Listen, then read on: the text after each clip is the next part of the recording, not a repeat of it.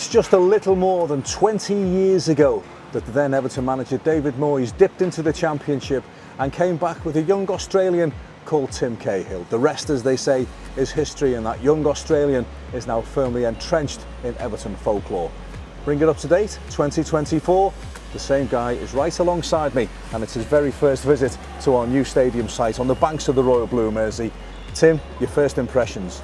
Really impressed. As sad as it will be to leave Goodison, it's been amazing to play there and also to see the history that's in the club and what it means to the fans. But to come here and take in the feeling, you know, from a player's perspective, it's exciting, but also from a fan's perspective. So it's a little bit emotional. As you said a few days ago, it was 20 years since I've been here, but I think as a football club, if you want to evolve and you want to still compete on and off the park, these are the levels and the steps you need to take to compete with the best. So I'm very, very impressed.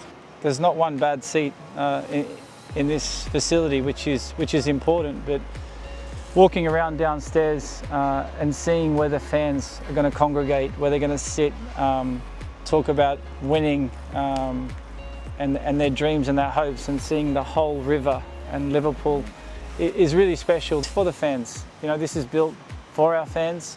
They're all going to have a great experience, and this is going to be the hub of where we bring the city together and also compete for some big trophies, hopefully, and challenge in Europe. Because when you prepare for things like this, it also brings the competition of what you can do on the park, and for me that's the most exciting. I've always been someone in the background that's a big lover of the club, someone that's always trying to bring support on and off the park. I'm really, really impressed, and I hope we can do this stadium justice. You got a wow factor, didn't you, when you first walked up the stairs there and saw the bowl for the first time? There was a definite wow. When you walk out, it seems the pitch is bigger. It seems like you see all the seats. I was asking where the away fans will sit, because sometimes when you make stadiums, we want to make sure that it's still our home and it's not too welcoming. So, but I think how important is that? No, for me it's very important.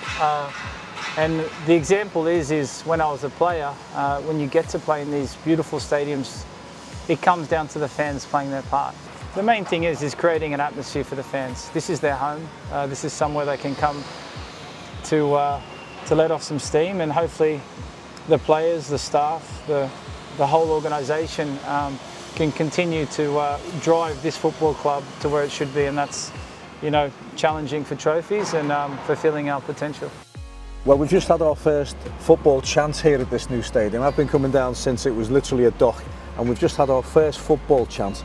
Tim Cahill, yeah, Tim Cahill. It's crazy. That must be nice for you. For me, I love it with the workers, and it's nice to hear that, because I don't really miss football playing. You know, I had 22 amazing years, and I love the work that I do now. I love more the football executive and helping to run football clubs and federations and working with governments, and also always pushing the bar. I think always, you know, you should never rest on your laurels, and I was that same way as a player. I wasn't a player that rose to the occasion when everyone's doing it. I did it when we were our backs against the wall. Like, you know, I always found the opportunity in the big stadiums to try and score in the low moments of the club, and also always spent a lot of time listening to the fans. You know, I think for me, this is important with ownership, to listen to the fans and also to have a strong hand when needed. And I've never been scared to lead from the front on and off the park.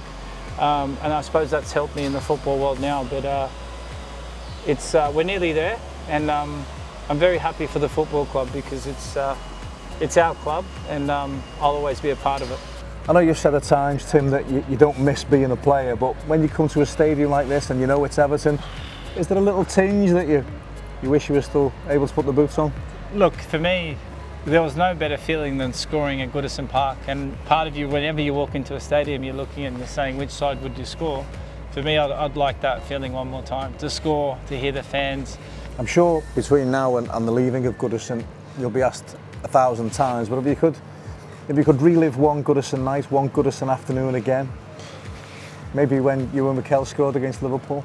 Yeah, of course. You always love scoring against Liverpool. I think for me, it's always been a compliment from the Liverpool fans walking around the city and everywhere I go globally getting stick from Liverpool fans, but that's because it's a good sign. You know, I got to score more than a few times.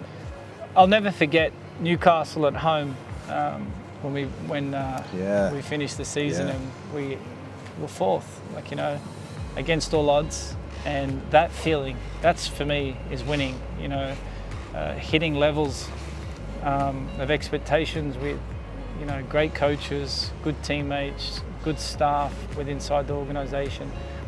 You would love to score one more goal here and box a corner. You'd like flag. to punch the corner flag here, wouldn't you? Well, I'll be definitely saying to them that we'll organise a Legends game here or something for the fans, maybe a charity game or something for the community. Any excuse to be a part of this is amazing, but also to give back to this community and to the people of Liverpool.